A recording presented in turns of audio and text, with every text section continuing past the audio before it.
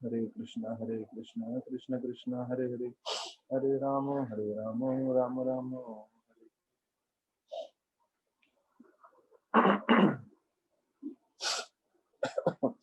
हरे कृष्णा। तो सभी भक्तों का स्वागत है आज के भागवत कथा में।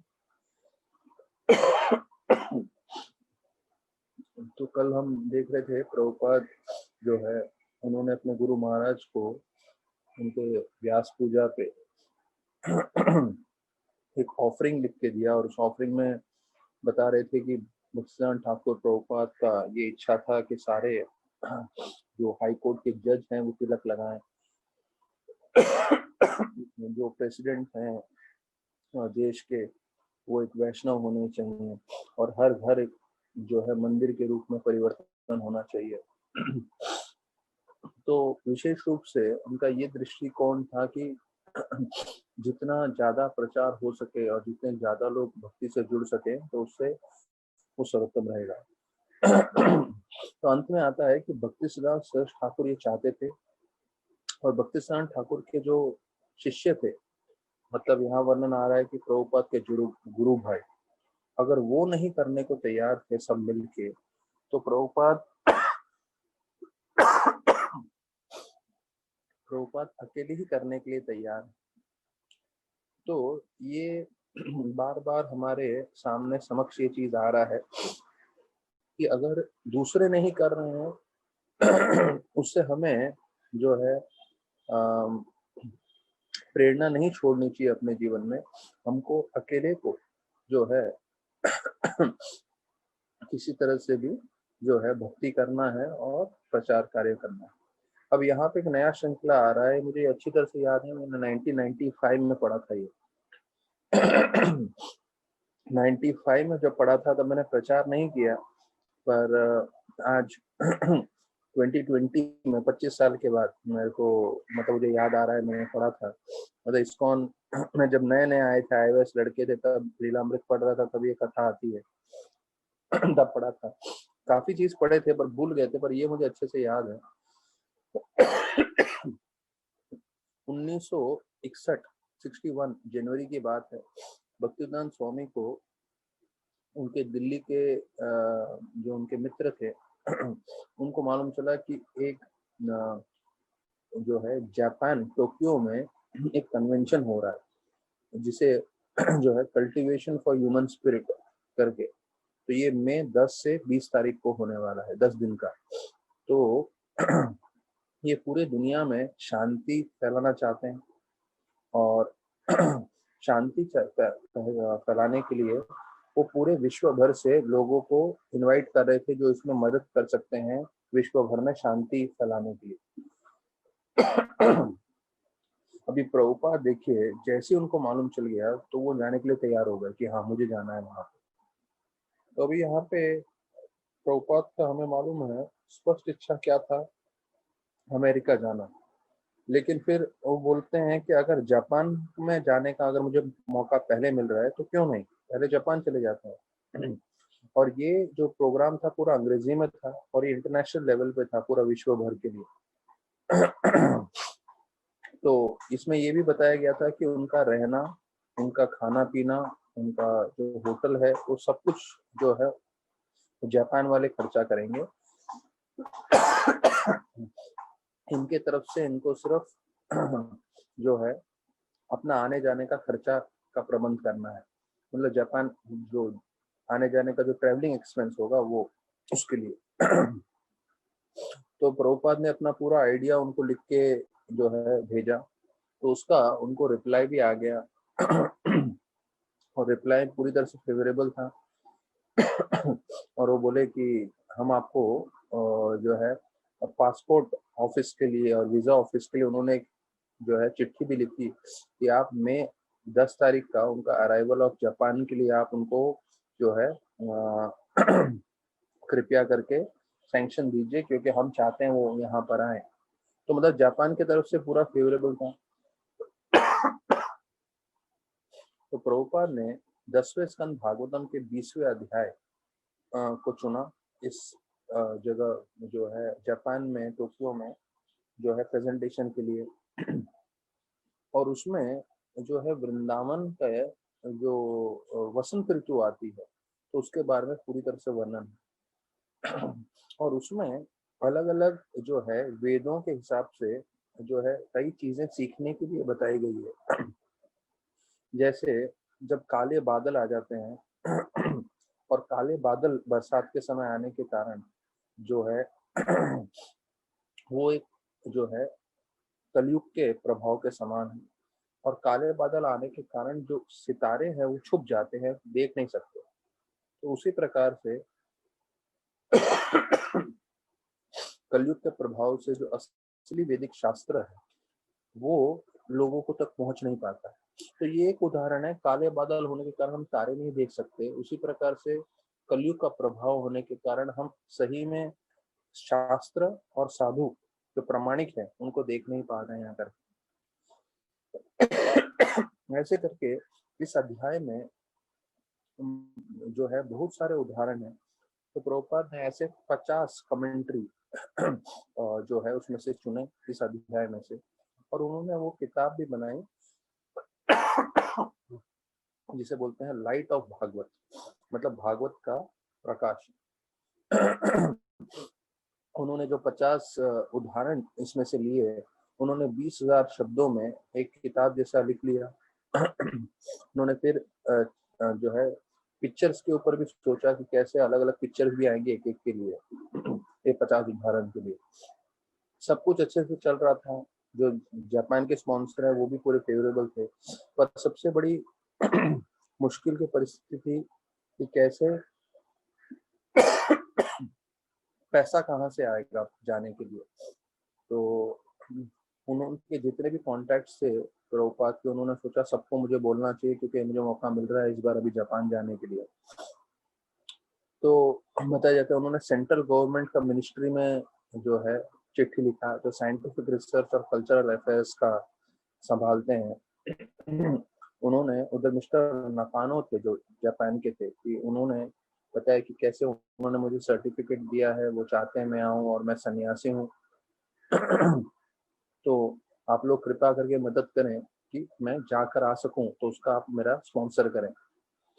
फिर बताया जाता है उन्होंने जो मार्च 29 को हमारे जो भारत के वाइस प्रेसिडेंट थे डॉक्टर राधाकृष्णन, उनको भी चिट्ठी लिखा, और चिट्ठी में लिखा कि मैं एक सन्यासी हूँ, मेरा बैंक से कुछ लेना देना नहीं है और मैं धन से भी ज्यादा आसक्त नहीं हूँ, लेकिन और जापानीज वालों को, जापान के जो ऑर्गेनाइजर्स हैं उनको मेरा जो है लिटरेचर अच्छा लगा है और वो चाहते हैं कि मैं जापान में मदद करूं।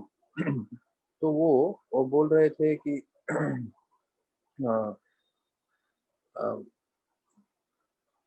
कि जापान वालों को भी ये मेरा जो है मैंने जो बताया है, आइडिया दिया है, वो उनको बहुत पसंद आया है। तो इसलिए मैं चाहता हूँ कि आप मुझे स्पॉन्सर करें वहां जाने के लिए। तो वो प्रभुपाद दूसरी जगह लिखते हैं बताते हुए कि हमारे आचार्य ने हमारा जो दिव्य ज्ञान है वो दिव्य ज्ञान पूरे भारतवर्ष में फैलाया है। पूरे विश्व भर में तो फैलाया हुआ है। तो बोलते हैं कि अभी मौका मिला है वापस से जापान के द्वारा पूरे विश्व में फैलाने का, तो आप मुझे मदद करिए। फिर बोलते हैं उन्होंने east India steamship navigation company जो थी बम्बई की, उनको भी प्रभुपाद ने वापस से लिखा, जो कि ये उन्होंने उनको अमेरिका जाने का जो है 50% ऑफर दिया था। तो उन्होंने ये चिट्ठी लिख के बोला कि जापान का जो फेयर है वो अमेरिका से 50% ही है, आधा ही है। तो आप जो आधा स्पॉन्सर कर रहे थे उसमें मुझे जापान आने जाने का मौका दे दीजिए, क्योंकि मैं प्रचार करना चाहता हूँ। फिर एक ब्रिज रतन मोहता करके थे, तो वो भी डोनर थे। तो उनको भी उन्होंने जो है वापस से चिट्ठी लिखी और बताया कि मेरी बड़ी इच्छा है, आप कृपया करके जो है मुझे मदद करिए। और मैंने जो है इंडियन गवर्नमेंट में भी ये सब पेपर्स दिए हैं और वहां से भी मैं उम्मीद कर रहा हूँ कि मुझे मदद मिलेगा।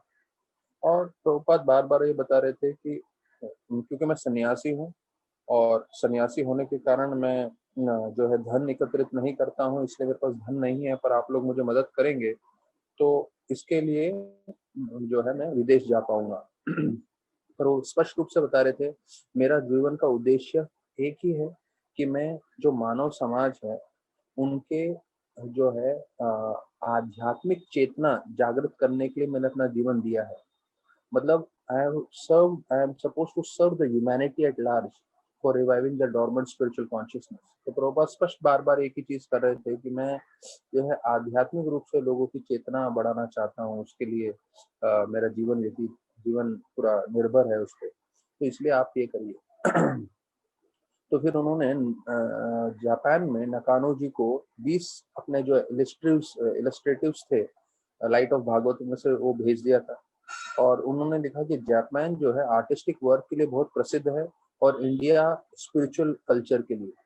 और वो प्रभुपाद का ये था उद्देश्य कि हमें दोनों मिलाना चाहिए, आर्टिस्टिक वर्क जापान का और इंडिया का आध्यात्मिक ज्ञान, अगर ये दोनों मिल जाएंगे तो उससे बहुत कल्याण होगा।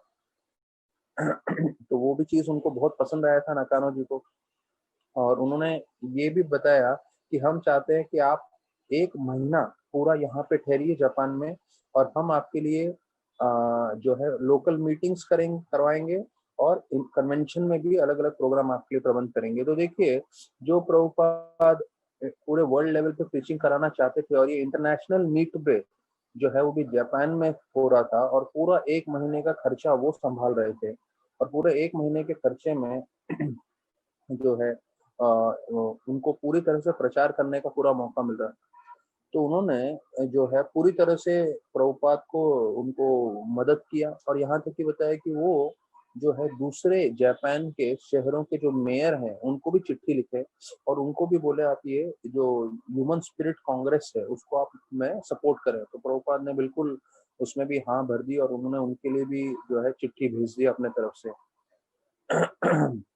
फिर बोलते हैं राधा कृष्ण जो वाइस प्रेसिडेंट थे, उनसे उनको पर्सनल इंटरव्यू भी मिल गया प्रभुपाद को, लेकिन वो जो है उनको ज्यादा मदद नहीं मिल पाया राधा कृष्ण से। तो उसमें एक चिट्ठी का भी रिप्लाई आया, वो बोलते हैं कि आपने हमें रिक्वेस्ट किया था, बट प्रभुपाद उसमें लिख रहे हैं कि मैं एक बहुत ही नम्र व्यक्ति हूँ, और मुझे ये अपने गुरु महाराज भक्तिसिद्धांत ठाकुर गोस्वामी महाराज की इच्छा है, उनका इच्छा पूरी करने के लिए जाना है और विश्व भर में ये आध्यात्म का ज्ञान देना है। तो बोलते हैं कि मैं आपको बोलना चाहता हूँ कि मेरे पास 3,500 रुपए नहीं है उस समय, ये 19 हम लोग देख रहे हैं 61 की बात है, 3,500 रुपए थे। तो वो बोलते हैं कि ये तो मुझे इसका मदद चाहिए आपसे, और मैंने सब एप्लीकेशंस भी आपको दिए हैं कि कैसे जापान वालों को मेरा पूरा पसंद आया है, उन्होंने मुझे पासपोर्ट वीजा के लिए भी बताया है, परमिशन दिया है, प्लस 1 महीना वहाँ रहने का भी प्रबंध कर रहे हैं। तो मैंने जितने भी आपको ये सब पेपर्स हैं वो अटैच करके भेज रहा हूँ। तो लेकिन अभी उनका राधा कृष्णन का जवाब क्या आया उनके तरफ से कि अरे भाई, अगर आपको ये जापान वाले बुलाना चाहते हैं तो उन्हीं को बोलिए ना, आपके आने जाने का खर्चा भी वही भरे। तो मतलब उनके तरफ से वो बिल्कुल ही उत्साहित नहीं थे प्रभुपाद को किसी तरह से भी मदद करने के लिए। फिर प्रभुपाद बोलते हैं, मेरे सन्यासी होने के लिए मुझे कोई खर्चे की जरूरत नहीं है, लेकिन क्योंकि गवर्नमेंट कुछ भी मदद नहीं कर रहा है, तो इसलिए वो जो है वापस से इनकी तरफ मुड़ गए, जापान के जो है कॉन्फ्रेंस वालों की तरफ, और बोले कि आप लोग मुझे मदद करिए, क्योंकि मुझे जो इंडियन पॉलिटिशियंस हैं उन पर कोई भरोसा नहीं। अभी ये प्रभुपाद कब बोल रहे हैं, 1961 की बात है, कि मुझे इंडियन पॉलिटिशियंस पे कोई भरोसा नहीं है। मैंने सबको लेटर लिखा पर किसी ने मुझे मदद नहीं किया, और क्योंकि आप लोग पे मेरे पे प्रभुपाद लिखते हैं, आप लोग को मेरे से प्रेम है और आपको मेरे पे श्रद्धा है, इसलिए मैं चाहता हूँ आप लोग मुझे आर्थिक रूप से भी मदद करिए, और आप लोग अपने एम्बेसी में जो दिल्ली में है वहाँ पे मेरे टिकट का अरेंज करिए, जिससे मैं जापान जो है आ सकूँ। तो अभी इतना सब होने के बाद प्रभुपाद ने अंतिम में जापान वालों को भी जो है चिट्ठी लिखा और उनको भी ऐसा किया, पर जो है उसमें से नाकानो जी का रिप्लाई नहीं आया, वो मदद नहीं कर पाए और प्रभुपाद जी का जो जाना था जापान, वो सपना ही रह गया। अब ये जो है मैंने 25 साल पहले पूरा पढ़ा था, तब मुझे लगा था कि कितना प्रभुपाद ने जो है कोशिश किया। अभी ये एक और पहलू आ रहा है कि प्रभुपाद ने काफी भीषण तरीके से जो है मदद मांगने की कोशिश की और बहुत मेहनत किया, लेकिन प्राप्त नहीं हुआ। अभी लाइट ऑफ भागवत आज भी जो है वो किताब है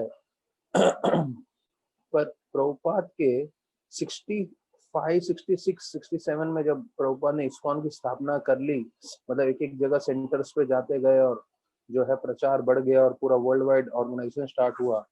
और उससे पहले अगर हम देखने जाएं तो कई कई प्रभुपाद जी को जो है विफलता अपने जीवन में संभालनी पड़ी। तो हमें ये नहीं सोचना चाहिए कि प्रभुपाद जो है उनको पूरा कामयाबी मिला, पूरा सक्सेस हो गया, नहीं। प्रभुपाद के जीवन में प्रभुपाद ने बहुत जगह जो है असफलताएं देखी हैं। तो इसके साथ हम भागवतम पे आ जाते हैं। तो भागवतम में हम चौथे स्कंद के 9वें अध्याय पे हैं और 9वें अध्याय में हमने कल 11 श्लोक तक चर्चा कर लिया था। तो आज हम 12वें श्लोक से चर्चा करते हैं। तो कल 11वां श्लोक बहुत महत्वपूर्ण था। तो शायद किसी के मन में प्रश्न भी आ रहा होगा कि पहले तो कई कई हमने अध्याय में जो है पूरा एक कई कई कथा में हमने एक ही लेक्चर में पूरा का पूरा एक चैप्टर डिस्कस कर लिया, और जैसे कल के प्रवचन में सिर्फ एक ही श्लोक हमने चर्चा किया। तो एक टाइम पे हम इतना स्पीड में कर रहे थे और दूसरे टाइम में अभी एक चैप्टर से एक श्लोक पे आ गए हैं। तो देखिए उसका एक कारण है कि उस वक्त जब लॉकडाउन शुरू हो गया था तो हमें लग रहा था कि कुछ समय में लॉकडाउन खत्म हो जाएगा, तो हम जितना ज्यादा स्पीड में भागवतम कवर करना चाहते थे कर रहे थे, पर हम इतना डिटेल में स्टार्टिंग में नहीं कर पाए क्योंकि हमने जो है एक ही घंटे में पूरा का पूरा चैप्टर कवर कर लिया। तो काफी इंपॉर्टेंट पॉइंट्स भी शायद थोड़े थोड़े रह गए होंगे। लेकिन फिर जैसे ये चलता रहा और हमने अभी निश्चय कर लिया है कि हम ये भागवत कथा कंटिन्यूसली करने वाले हैं, तो इसलिए मैंने भी सोचा कि अगर भागवत कंटिन्यूस करना है तो आराम से करते हैं। अभी ऐसा नहीं है कि हमें 2 महीने में, 6 महीने में, 1 साल में खत्म करना है। जितना लंबा चलेगा तो वो हमारे लिए अच्छा ही है कि हम उतना जो है डिटेल में पढ़ सकते हैं। और उसके बाद चैतन्य चरितमृत भी है और साथ साथ हमारे पास और प्रभुपाद की सारी पुस्तकें हैं, जिससे हम सबको लगे कि हाँ, हम रोज जब भागवतम सुन रहे हैं तो नई नई चीज प्रभुपाद से हम सीख रहे हैं। प्रभुपाद बोले मेरे जो पर्पट्स हैं they are like transcendental ecstasy, मतलब आध्यात्मिक रूप से जो संपूर्ण आनंद का स्तोत्र है वो मेरे तात्पर्य है। तो ये प्रभुपाद ने अपने तात्पर्यों को बताया और प्रभुपाद स्पष्ट बोले कि मैं जब भौतिक जगत से छोड़ के चला भी जाऊंगा पृथ्वी अपने शारीरिक रूप से, पर मैं अपने पुस्तकों में हमेशा जीवित रहूंगा। तो हम जब भागवत का संग कर रहे हैं तो हम साक्षात रूप से प्रभुपाद का संग कर रहे हैं। तो इसलिए भागवत का जो है हम धीरे धीरे श्रवण कर रहे हैं और कई कई चीजें सीख रहे हैं। तो कल का हमने वापस से इसमें सुना कि कैसे ध्रुव महाराज संग मांग रहे हैं भक्तों का। तो हमें जो है आध्यात्म जीवन में टिके रहने के लिए आप यहाँ पे रहें या कहीं और रहें, संग करना तो अति आवश्यक है ही। बिना संग के कोई भक्ति नहीं कर पाएगा। प्रभुपाद लिखते हैं कि यहाँ पे तात्पर्य में लिखा है, प्रभुपाद ने कन्वर्सेशन में भी बोला है कि कोई सोचता है मैं बिना भक्तों के संग के भक्ति करूंगा, वो एक व्यक्ति पागल है।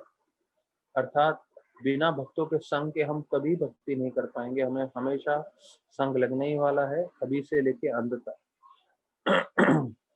तो प्रभुपाद लिखते हैं anyone who is trying to be aloof from Krishna conscious society and yet engage in Krishna consciousness is living in great hallucination, for this is not possible।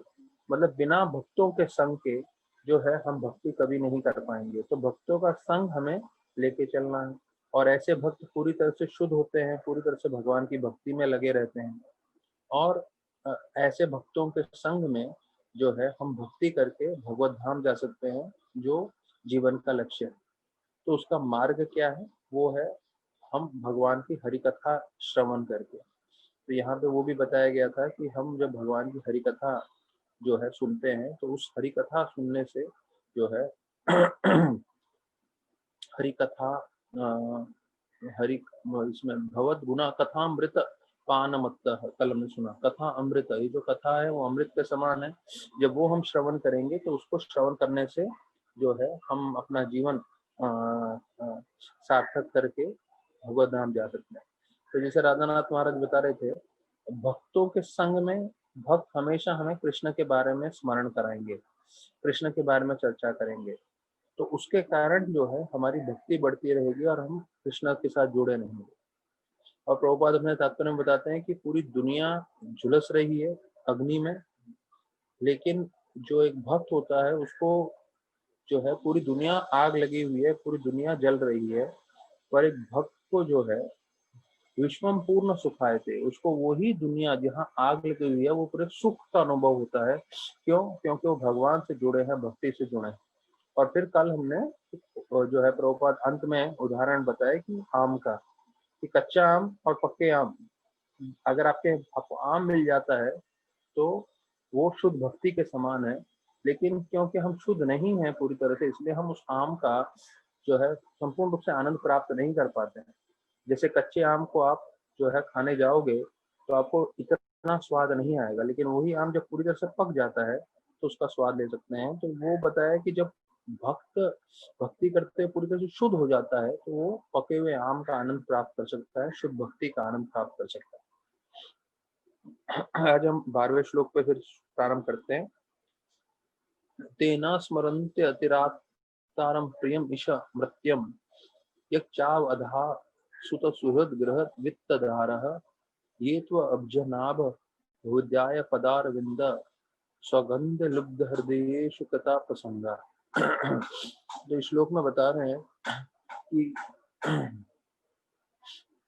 आपके जो नाभि है वो कमल के समान है, और कोई भी व्यक्ति जो है आपका संग करता है या आपका भक्त बनता है तो वो आपके चरणों का आश्रय ले लेता है। तो आपके चरणों के आश्रय लेने से उस चरणों का जब उसको गंध आता है, वो हमने तीसरे स्कंद में भी सुना था कि कैसे जो चतुष कुमार हैं, जब उनको भगवान विष्णु के चरणों के तुलसी का और रज का जो खुशबू आती है तो उससे उनका हृदय परिवर्तन हो जाता है।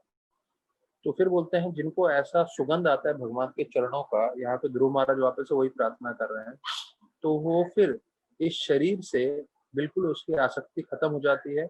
और विशेष रूप से शरीर से जो भी संबंधी लोग हैं, भले ही वो उसके मित्र हैं, भले ही वो उसका धन है, घर है, या परिवार वाले लोग हैं, तो ये सब लोग भौतिकवादी व्यक्ति को बहुत प्रिय होते हैं, पर एक जो भक्त होता है वो इन सब चीजों से आसक्ति हटा देता है। तो प्रभुपाद तात्पर्य बताते हैं कि ये एक भक्ति करने का एक विशेष लाभ होता है कि हम तो आध्यात्म में आनंद प्राप्त करते ही हैं जब हम भगवान की हरि कथा श्रवण कीर्तन करते हैं, बस लेकिन इसके साथ साथ जब हम श्रवण कीर्तन कर रहे हैं उसी वक्त हमारी आसक्ति हमारे खुद के शरीर से भी दूर हो जाती है। तो बोलते हैं ये दूसरे योगियों में सब संभव नहीं होता, लेकिन भक्त के लिए संभव हो जाता है। सिर्फ ऐसे हम श्रवण करके, कथा सुन के, भक्ति करके जो है हम इसमें आनंद प्राप्त करते हैं, पर आनंद प्राप्त करते करते हम जो है पूरे ही अपना जो शरीर है और शरीर से संबंधी जो भी चीजें हैं उससे हमारी आसक्ति खत्म हो जाती है। प्रभुपाद बोलते हैं एक भक्त को मालूम है कि वो शरीर नहीं है, इसलिए शरीर से संबंधित सुख और दुख को ज्यादा वो ध्यान नहीं देता है। प्रभुपाद लिख रहे हैं he is never affected by bodily happiness and or distress। तो हाँ, देवकी नंदन प्रभु भी कल बता रहे थे कि हमने सुना है हम शरीर नहीं है, आत्मा है, पर हमें कितना इसका साक्षात्कार है, हम कितना अपने जीवन में उस स्तर पे कार्य कर रहे हैं। अगर आप उस स्तर पे कार्य कर रहे हैं पूरी तरह से कि हाँ मैं शरीर नहीं आत्मा हूँ, तो आपको प्रभुपाद के तात्पर्य समझ में आए हैं। नहीं तो हमें बार बार सुनना है और बार बार समझना है। मैं आपको अपना अनुभव बताऊं कि मैं इतने महीनों से आप लोग के साथ भागवतम का चर्चा कर रहा हूँ, लेकिन भागवतम में एक ही चीज बार बार प्रभुपाद बताते हैं, और मैं अधिकांश समय प्रभुपाद लीलामृत बोल रहा हूँ, वो तो अभी भी शुरू किया कुछ महीनों से, और बाकी समय प्रभुपाद के तात्पर्य बताता था, नहीं तो दूसरे भक्तों का जो साक्ष्य।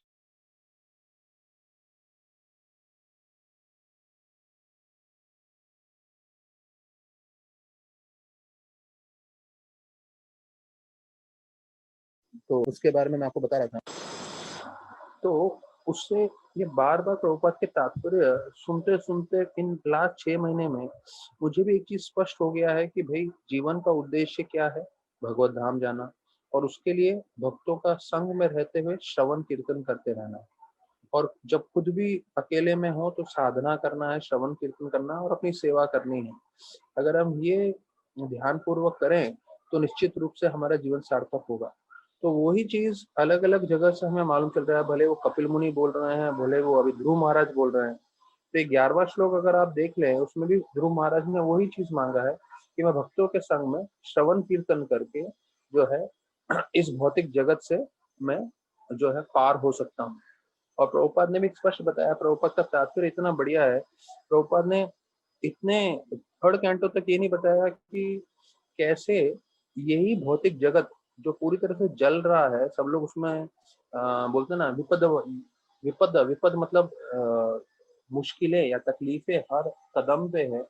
बोलते हैं भागवत में बताया गया है कि हर कदम पे जो है डेंजर है, डेंजर एट एवरी स्टेप, एक एक विपत्तियां हैं पूरे जगह पे। लेकिन ऐसे जगह पे जहाँ पे सब जगह विपत्ति भरी हुई है, प्रभुपाद बताते हैं कि भक्त को विश्वम पूर्ण सुखाए थे। उनको लगता है कि अरे ये जो है पूरा विश्व सुख का जगह है। ये क्यों संभव हो रहा है? क्योंकि वो पूरी तरह से कृष्णा से जुड़े हुए हैं। तो जब हम कृष्ण से जुड़ जाएंगे तो वातावरण वही है, लेकिन आप उस वातावरण से जो है पूरी तरह से निरासक्त रहोगे, आप उससे डिटैच रहोगे। और यहाँ पे वही चीज प्रभुपाद जो है इस श्लोक में भी बता रहे हैं। तो राधानाथ महाराज बता रहे थे कि हमें जो है हमारे लिए एक जो बोलते हैं ना खजाना, भक्तों के लिए खजाना क्या है। भक्तों को समझना चाहिए कि हम सिर्फ ध्वनि के मात्र से भगवान के संपर्क में आ रहे हैं। ये हमें हमारे जीवन में हमें जो खजाना प्राप्त हुआ है उसका हमें मूल्य समझना चाहिए कि हम लोग सिर्फ बैठ के यहाँ पे सिर्फ जो है प्रवचन के मार्ग से, हाँ, उससे हमें इतना फायदा हो रहा है कि हम साक्षात भगवान के संग में आ रहे हैं। तो इसको कुछ आम नहीं समझना चाहिए, बहुत बहुमूल्य चीज है। और इसका हमें जैसे हम कोई खजाना होता है तो खजाने को हम कितना मूल्य देते हैं, तो उस हिसाब से हमें इसको भी समझना है कि इतना ही मूल्य। महाराज बता रहे थे कल के प्रवचन में एक और चीज कि हम जब भक्ति करते हैं तो भक्ति करने का गोल और मार्ग दोनों एक समान है। तो कैसे बताते हैं? महाराज बोलते हैं हमारा जीवन का लक्ष्य क्या है? कृष्णा प्रेम प्राप्त करना। और कृष्ण प्रेम प्राप्त करने के लिए जो है हमें शुरुआत से कृष्ण से प्रेम करना सीखना चाहिए।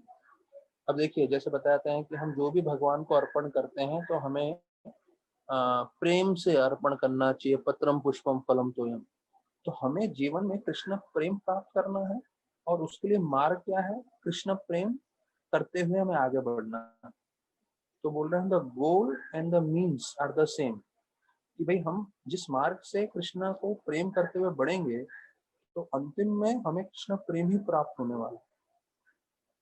और दूसरा महाराज बता रहे थे कि परमात्मा, अभी ये मैं एक भक्त के साथ चर्चा कर रहा था।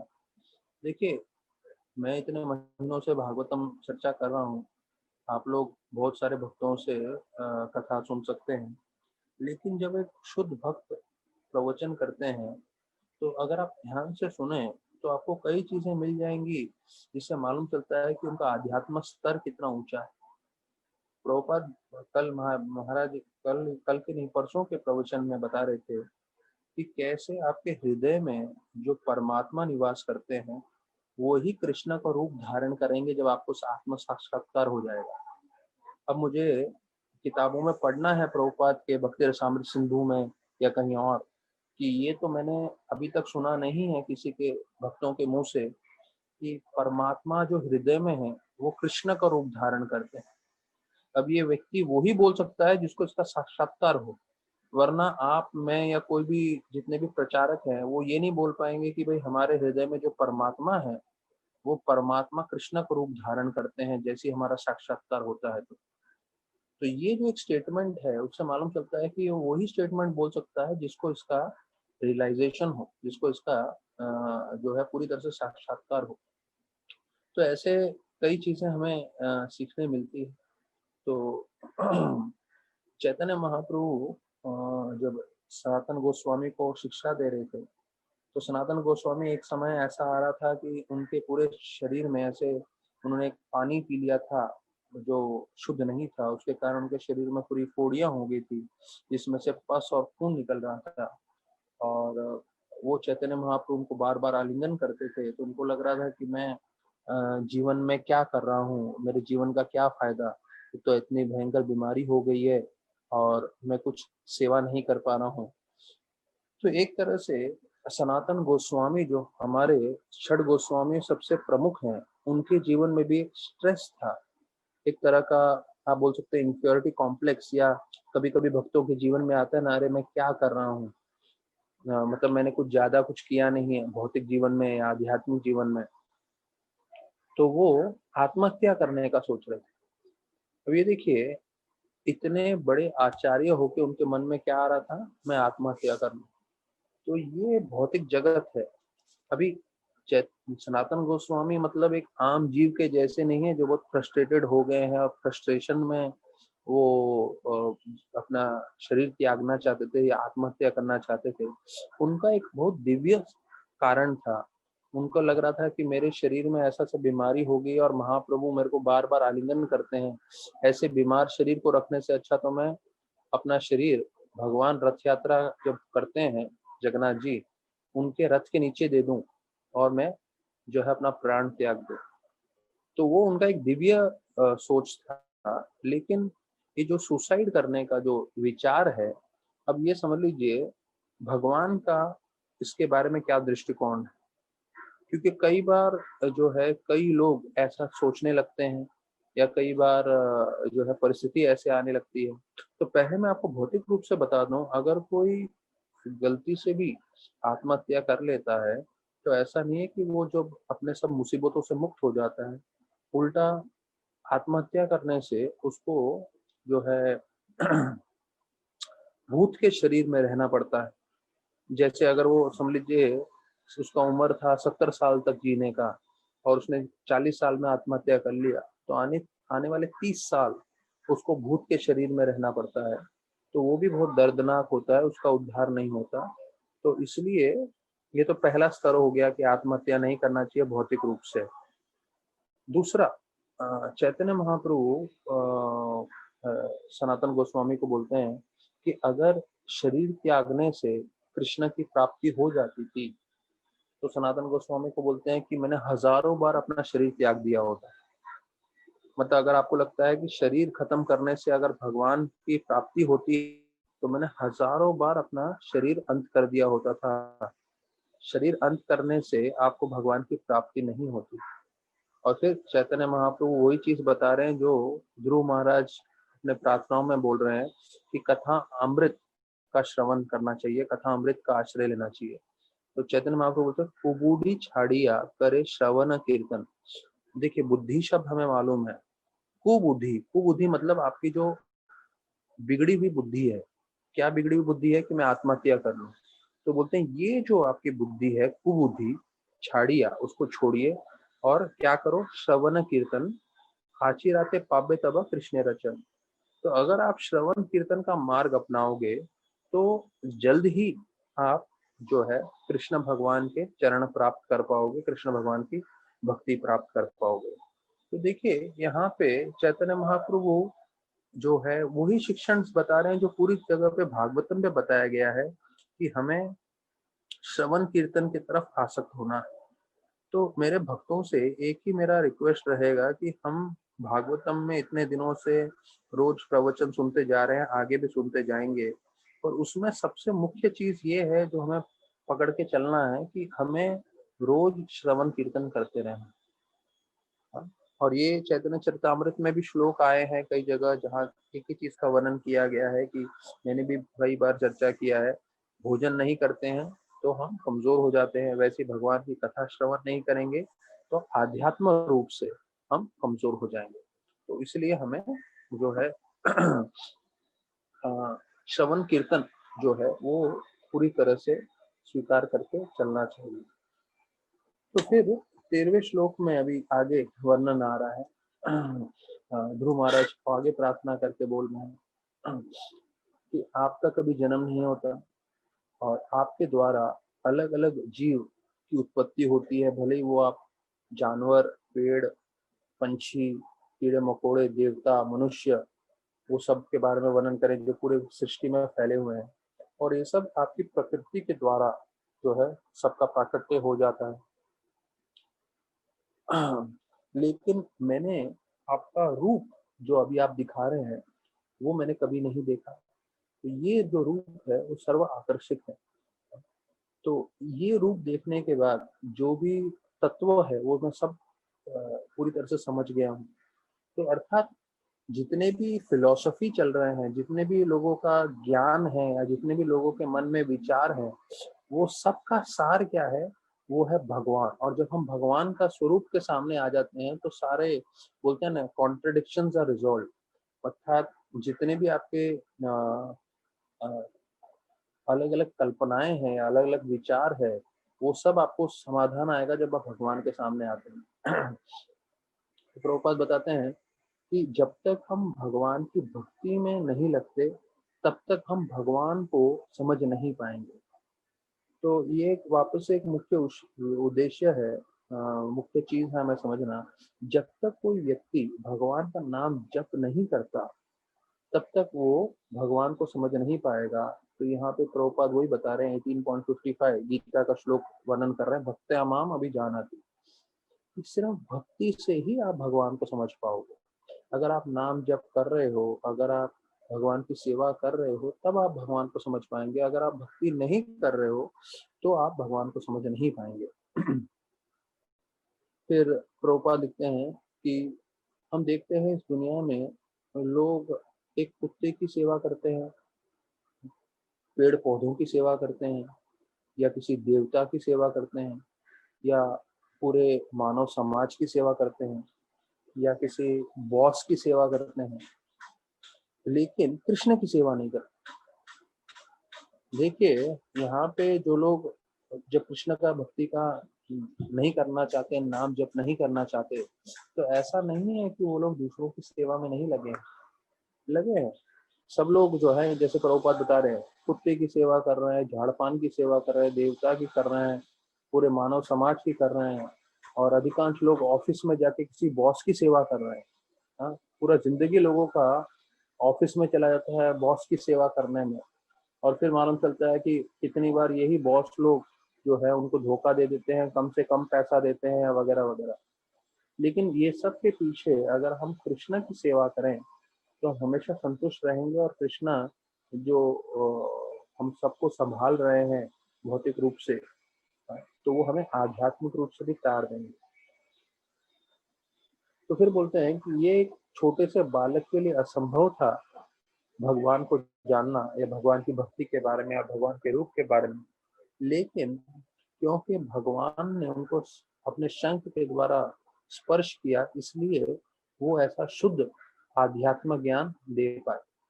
तो देखिए, जो हम श्लोकों में चर्चा कर रहे हैं वो वास्तविक रूप में भगवान की शक्ति के द्वारा ही ध्रुव महाराज बोल पा रहे हैं।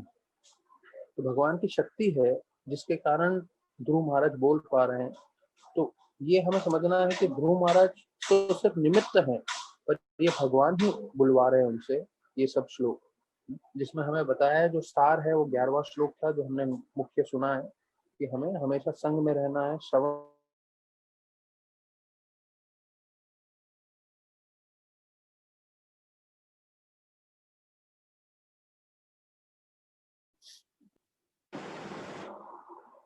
14 श्लोक में बताया गया है कि हर जब सृष्टि का अंत का समय आता है तो गर्भोदक्षाय विष्णु जो है पूरी पूरी की पूरी दुनिया को जो है अपने शरीर में समेट लेते हैं। तो ये 13वें श्लोक में गर्भोदक्षाय 14वें श्लोक में वर्णन आ रहा है कि कैसे जब सृष्टि का अंत का समय आता है तो पूरी की पूरी दुनिया को वो अपने शरीर में समेट लेते हैं। तो हमने सुना है कि जब महाविष्णु श्वास छोड़ते हैं तो एक एक शरीर के रोंगटों में से एक एक सृष्टि का निर्माण होता है, और जब वो श्वास ले लेते हैं तो वो सारे के सारे सृष्टि अंदर आ जाते हैं उनके शरीर में। तो यहाँ पे वही वर्णन किया गया कि गर्भोदक्षाय विष्णु के नाभि में, पेट में जो है सारी की सारी सृष्टि आ जाती है, और वो जो है इसके ऊपर अनंत शेष के ऊपर आराम से लेटे हुए हैं, और लेटे हुए उन्होंने ब्रह्मा जी का निर्माण किया, और जब समय आने की बात आती है तो वो सबको वापस से अपने शरीर में भी स्वीकार कर लेते हैं। तो अभी ध्रुव महाराज को जो है, क्योंकि भगवान का संपर्क हो गया था शंख के द्वारा, तो उनका जो ज्ञान है वो संपूर्ण है जो भगवान ने स्वयं दिया। तो ये अभी वापस से जो है सृष्टि के बारे में बता रहे हैं, जो हमने विराट रूप में, या जब सृष्टि का जो क्रिएशन था सेकंड थर्ड कैंटो में हमने इतना विस्तार पूर्वक सुना है। तो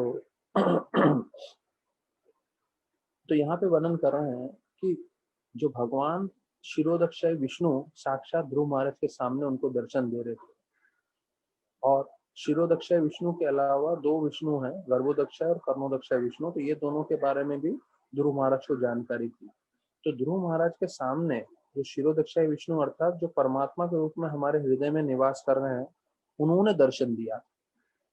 तो ये मतलब डिटेल्ड पूरा इंफॉर्मेशन आ रहा है कि जो विष्णु उनके सामने थे, जो उनसे अभी बात कर रहे हैं, ध्रुव महाराज प्रार्थना कर रहे हैं, उनको साक्षात देख पा रहे हैं, वो क्षीरोदक्षाय विष्णु थे।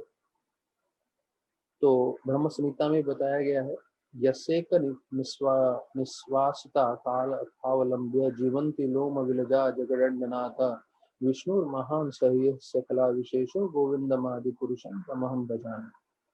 कि जब भी सृष्टि का निर्माण होता है या जब सृष्टि का विनाश होने वाला होता है, तो गर्भोदक्षाय विष्णु जो अनशेष पे हैं, वो सारे के सारे जो है ब्रह्मांड को अपने शरीर में स्वीकार कर लेते हैं। अभी ये चीज पे प्रभुपाद एक नास्तिकवादी व्यक्ति का विचार बता रहे हैं।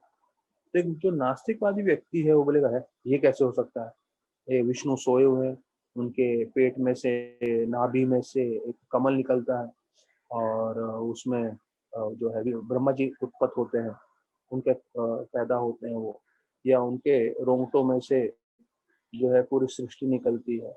ये सब स्वीकार नहीं करते हैं। दूसरा, वो ये भी स्वीकार नहीं करते कि ये भी स्वीकार नहीं करते कि जो शास्त्रों में सब कहानियां बताई गई हैं वो प्रामाणिक है।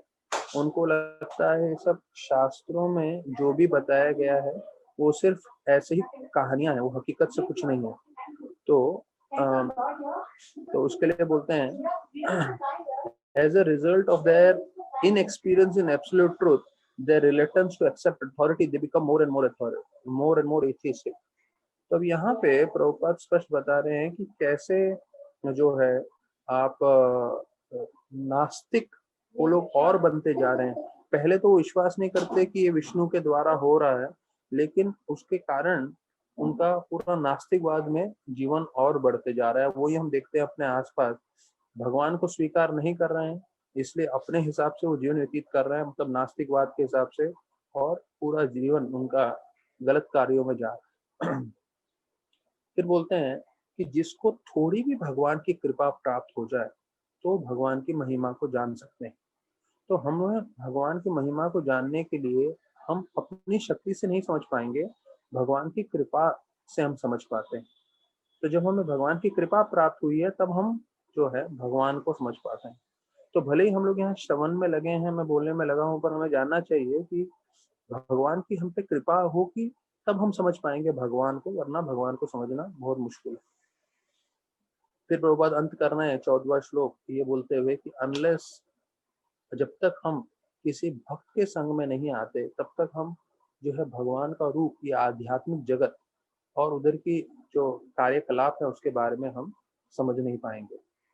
तो ये बहुत आवश्यक है, जो महत्वपूर्ण है भक्तों का संग, वो वापस से बताया गया।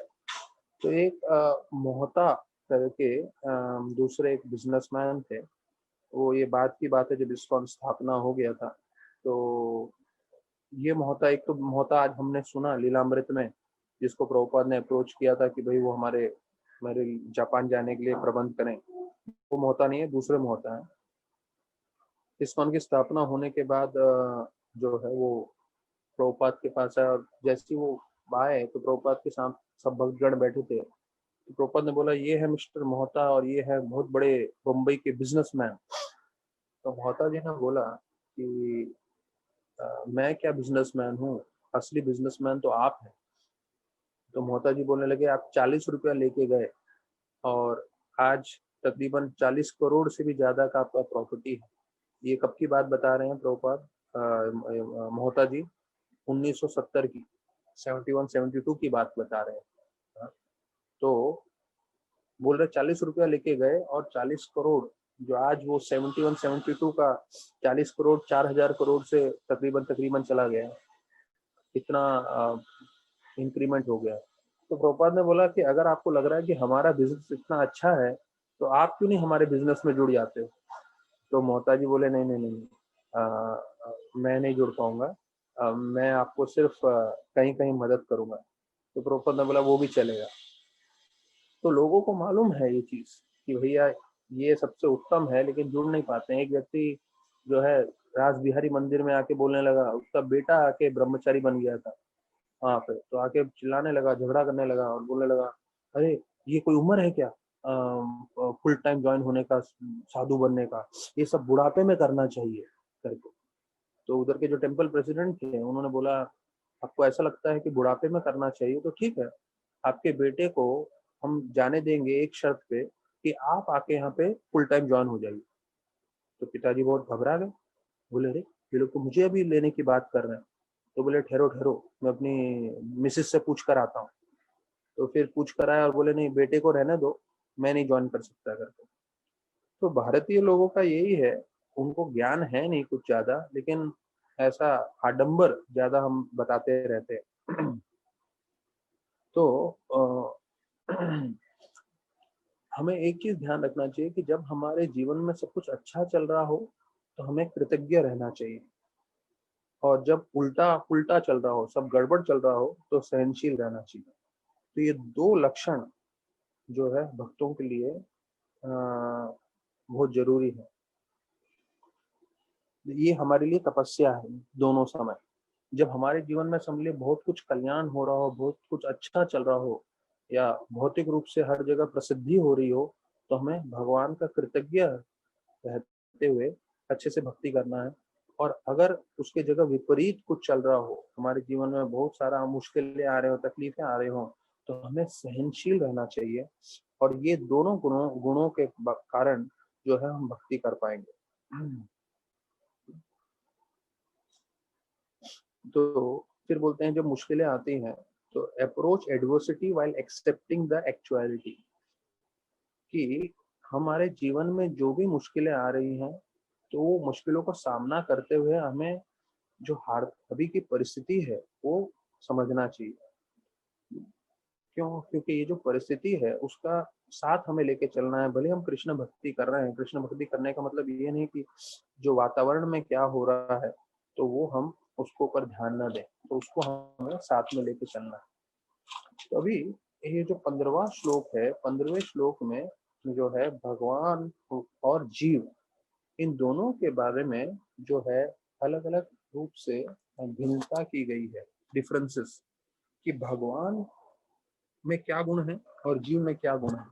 तो देखिए, हम भगवान की भक्ति कर रहे हैं, भगवान में और हमारे में जो भेद है वो सिर्फ एक ही श्लोक में, 15वें श्लोक में पूरा वर्णन किया गया है। तो अभी वो मैं जस्ट आपको ब्रीफ में पूरा आपको मैं बता दूंगा।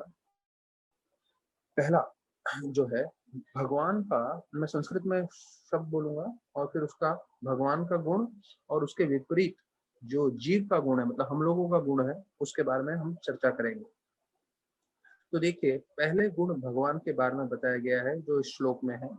तो आप नित्य मुक्त, नित्य मुक्त मतलब आप हमेशा मुक्त हैं, एटर्नली लिबरेटेड। अभी भगवान हमेशा मुक्त रहते हैं। और जीव का क्या परिस्थिति है? जीव तभी मुक्त होता है जब उसे भगवान की कृपा मिलती है। ठीक है, तो ये पहला गुण हुआ। फिर अगला गुण परिशुद्ध। परिशुद्ध मतलब वो हमेशा शुद्ध रहते हैं भगवान। शुद्ध, शुद्ध, शुद्ध शब्द से हमें समझ में आता है, शुद्ध मतलब तो हमेशा प्योर रहते हैं, साफ रहते हैं। उसके विपरीत में जो जीव है वो हमेशा कंटेमिनेटेड रहता है, मतलब अशुद्ध रहता है। हम में सब काम, क्रोध, लोभ, मोह मत रहते हैं। फिर बताते हैं तीसरा गुण विबुद्ध। विबुद्ध मतलब भगवान को सब कुछ ज्ञान है, जीव को थोड़ा सा ज्ञान है। मतलब जितना हमें भौतिक रूप से थोड़ा बहुत ज्ञान रहता है, या जब हम भक्ति करने लगते हैं तो आध्यात्मिक रूप से हमें थोड़ा बहुत ज्ञान आता है, लेकिन भगवान को सब कुछ ज्ञान रहता है, हमें थोड़ा ही ज्ञान रहता है। फिर आगे चौथा बता रहे हैं, भगवान को आत्मा बताया गया है। आत्मा अर्थात परमात्मा के रूप में वो निवास करते हैं, और हम लोग जो है, हमारे आत्मा के ऊपर ये शरीर का आवरण है। तो ये हमारे में और उनमें, भगवान में फर्क है। कुटस्थ, ये पांचवा है। कुटस्थ का मतलब है कि भगवान का कभी रूप बदलता नहीं है, लेकिन जो जीव है वो हर जन्म में अलग अलग रूप धारण करता है। फिर बोलते हैं आदि पुरुष। आदि पुरुष का मतलब है कि ये वास्तविक में सब चीज के स्तोत्र है। सब चीजों का, जैसे हम लोग ब्रह्म संहिता में बोलते हैं सर्व कारण कारणम, लेकिन हमारे, हम जीवों के बारे में बात करें तो हम किसी चीज के स्तोत्र नहीं है, लेकिन भगवान सब चीजों के स्तोत्र है। फिर आया है शब्द भगवान। भगवान मतलब 6 ऐश्वर्यों से संपूर्ण है वो।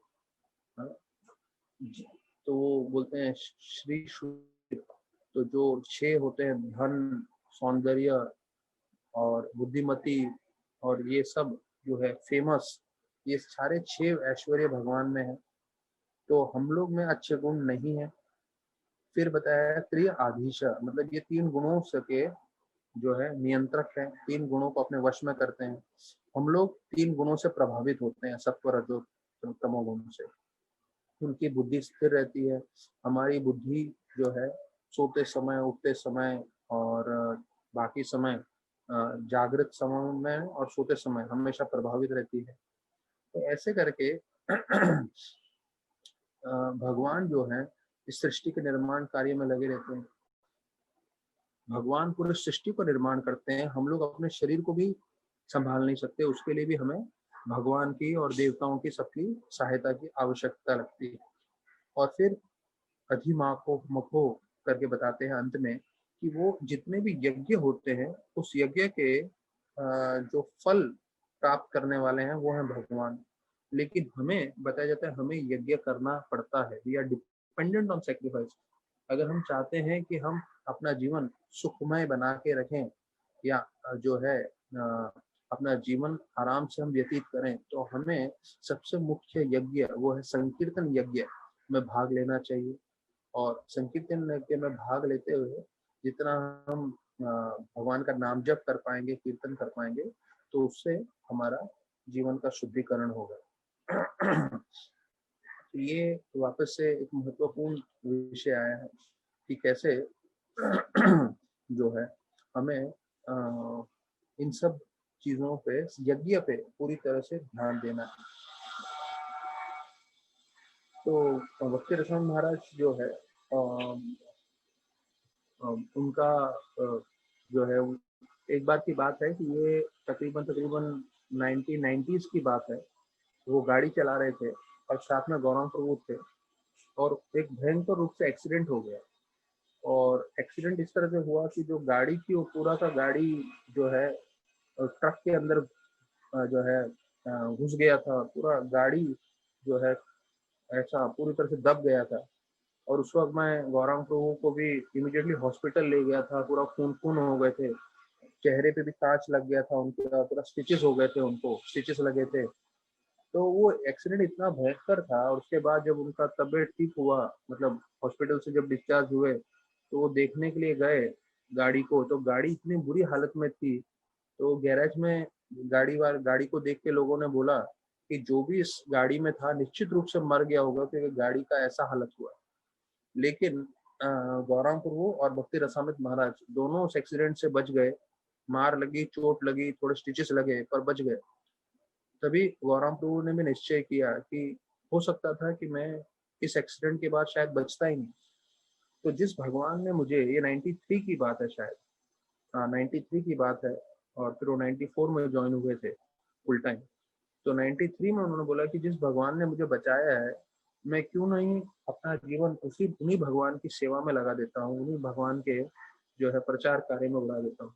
तो फिर 93 के बाद 94 में ज्वाइन हुए, और 94 से अभी 2020 चल रहा है, 26 साल हो गए। तो देखिए, कई बार कई लोगों के जीवन में एक एक्सीडेंट के द्वारा भी जीवन में परिवर्तन आ जाता है। एक्सीडेंट जब हो जाता है तो उससे उनको लगता है कि अरे मैं तो इस एक्सीडेंट में खत्म हो जाता था, चला जाता था, लेकिन ये भगवान ने मुझे बचाया है, तो क्यों नहीं मैं अपना जीवन भगवान की सेवा में पूरी तरह से नियुक्त कर। गौरव प्रभु अपने जीआरई के एग्जाम में क्लियर हो गए थे, और अमेरिका जाना चाहते थे फर्दर स्टडीज के लिए। तो महाराज के पास गए कमरे में मिलने के लिए। तो महाराज अधिकांश समय लोगों को ये बोलते हैं जब कोई विदेश जाने की बात करता है कि हाँ आप जाइए अमेरिका, पर या कहीं भी विदेश में, पर कुछ साल रह के उधर पैसे वैसे एकत्रित करके वापस भारत में आ जाइए। क्योंकि कई लोग जो हैं वो विदेश को लेके बहुत प्रसन्न होते हैं, और विदेश को लेके बहुत प्रभावित होते हैं, और विदेश के लिए बोलते हैं अरे, कई बार लोग आके बोलते हैं महाराज को, महाराज विदेश के क्या रोड्स हैं, अमेरिका के या लंदन के, उसके बारे में बोलते हैं क्या रोड्स हैं, इतने बढ़िया रोड्स हैं, इतना मतलब बहुत अच्छे से बनाया हुआ है। और इंडिया के तो रोड्स पूरे रोड ही नहीं है, पूरे खड्डे ही खड्डे रहते हैं, मिट्टी मिट्टी रहती है कुछ। हमारा तो गवर्नमेंट कुछ देखता ही नहीं है करके। तो महाराज को बोले कि इंडिया में रोड्स एकदम खराब है, मैं मानता हूँ, लेकिन ये खड्डे वाले बेकार थर्ड क्लास रोड, सारे के सारे रोड आपको कहीं ना कहीं धाम में लेके जाएंगे, या तो वृंदावन, या तो मथुरा, या तो द्वारका, ऐसे शुभ धाम में आपको लेके जाएंगे। और बोलते हैं अमेरिका में ऐसे बड़े बड़े हाईवे रोड्स हैं, लेकिन वो सब नर्क की ओर लेके जा रहे हैं, क्योंकि अधिकांश जो है विदेश में चारों नियम का उल्लंघन हो रहा है। तो आपको वहां जाके जो है मलेच्छा लोगों के बीच में जाके रहना पड़ेगा। जैसे कई दिन पहले आलाप ने हम लोग को बताया कि लोगों को समझ में ही नहीं आता कि भाई ये मांसाहार क्यों नहीं कर रहा है, और उनको प्यार लहसन के बारे में तो जीवन में आप समझा ही नहीं पाओगे, इतना मुश्किल स्तर है उनके लिए। और फिर जो शराब नहीं पीता तो उनको लगता है इसमें क्या प्रॉब्लम क्या है, शराब क्यों नहीं पीता ये। तो उधर के लोग, जैसे हम लोग पानी पीते हैं वैसे लोग बियर पीते हैं विदेश में। तो ऐसे परिस्थिति में जो है आध्यात्म का प्रगति करना बहुत मुश्किल है। तो गौरव गुरु महाराज के पास गए, और महाराज को बोलने लगे महाराज मैं जीआरई एग्जाम में पास हो गया हूँ, और मैं विदेश में जाके पोस्ट ग्रेजुएशन कर सकता हूँ। तो महाराज ने स्पष्ट उनको मुंह पे बोल दिया कि लोग विदेश जाते हैं सिर्फ इंद्रभोग करने के लिए। तो गौरामपुर को मालूम था कि महाराज हमेशा ये जवाब देते हैं कि हाँ 2-4 साल आप उधर रह कर आइए, थोड़ा पैसा कमा कर आइए। तो उनको लगा कि महाराज मुझे भी वही चीज बोलेंगे, तो मैं आराम से जीआरई कर लूंगा जाके विदेश में। तो महाराज ने उनको दूसरा ही जवाब दिया। महाराज ने उनको बोला कि लोग जाते हैं विदेश में सिर्फ एक उद्देश्य से, इंद्रभोग करने के लिए। तो वो बोलने के बाद गौरामपुर की कुछ खास हिम्मत नहीं हुई विदेश जाने की, और वो पूरी तरह से फिर ज्वाइन ही हो गए फुल टाइम। तो अभी न्यूज में ये आया था कल से कि गोवर्धन इको विलेज भी उन्होंने स्टार्ट कर दिया है। मैं इसमें देख रहा था यूट्यूब में, तो उसमें वर्णन आ रहा था कि कैसे वृंदावन इस्कॉन भी खुल गया है, कार्तिक का महीना चल रहा है। तो अभी धीरे धीरे वापस से चीजें शायद नॉर्मल जैसी होती रहेंगी धीरे धीरे, पर हमें जो है भागवतम से जुड़े रहना है, सुबह जपा से जुड़े रहना है। तो ये हमारा, जैसे यहाँ पे लिखा है ये जीवन का उद्देश्य है, इससे हम जीवन सार्थक करेंगे। तो ये हमारे लिए एक बहुत बड़ा संघर्ष रहेगा। जैसे प्रभुपाद बोलते हैं, भक्ति आसान है कि मुश्किल है? अगर आपने दृढ़ निश्चय किया है अपने जीवन में तो भक्ति आसान है। मतलब आपने संकल्प किया है कि नहीं, मैं सुबह उठ के जपा करूंगा, मैं रोज भागवतम सुनूंगा, पढ़ूंगा, सेवा में लगा रहूंगा, तो आपके लिए भक्ति बहुत आसान है। लेकिन अगर आपने दृढ़ संकल्प नहीं किया है, अगर आप ढीले ढाले हो भक्ति में, तो भक्ति आपके लिए बहुत मुश्किल हो जाएगा। तो ये हमें जीवन भर के लिए करना है। ये एक मार्ग तो मुश्किल मार्ग है, तो भक्तों के संग में कर सकते हैं। तो मैं चाहूंगा आप लोग सब मेरे लिए प्रार्थना करें, मैं आपके लिए प्रार्थना करूं, जिससे हम लोग सब मिलकर ये संघर्ष कर सकें। जैसे राधानाथ महाराज को एक भक्त ने पूछा, महाराज ने बोला, हाउ आर यू, आप कैसे हैं? तो उसने जवाब दिया, महाराज स्ट्रगलिंग। तो महाराज बोले, this is a pleasurable struggle. अपने परमहंस प्रभु थे भक्ति हॉस्पिटल के जो यहाँ स्टाफ है, तो उन्होंने महाराज को जवाब दिया, महाराज स्ट्रगलिंग। तो महाराज बोले कि स्ट्रगलिंग मतलब मैं बहुत मेहनत कर रहा हूँ, बहुत जूझ रहा हूँ। तो महाराज बोले, ये आनंद पूर्वक लड़ाई है। क्यों? क्योंकि हम कृष्ण भक्ति करते हुए कर रहे हैं। मतलब हमें अपना जीवन व्यतीत तो करना है, लेकिन अगर हम कृष्ण के साथ करेंगे तो ये जीवन हमारा जो है बहुत ही बोलते हैं ना, एक तरह से शब्द है कि फुलफिलिंग रहेगा, बहुत ही आपको आनंद प्रदान करेगा। लेकिन वही जीवन हम बिना कृष्ण के संघर्ष करते हुए निकल जाएंगे तो बहुत बड़ा टॉर्चर हो जाएगा, तपस्या हो जाएगा। तो अभी कार्तिक का महीना चल रहा है, तो कार्तिक के महीने में हम यही प्रार्थना करेंगे कि हम लोग सब जो है भगवान की अच्छे से भक्ति करते हुए हमारा एक एक दिन भक्ति में आगे बढ़ाते रहे। बहुत बहुत धन्यवाद सभी भक्तों का। हरे कृष्णा।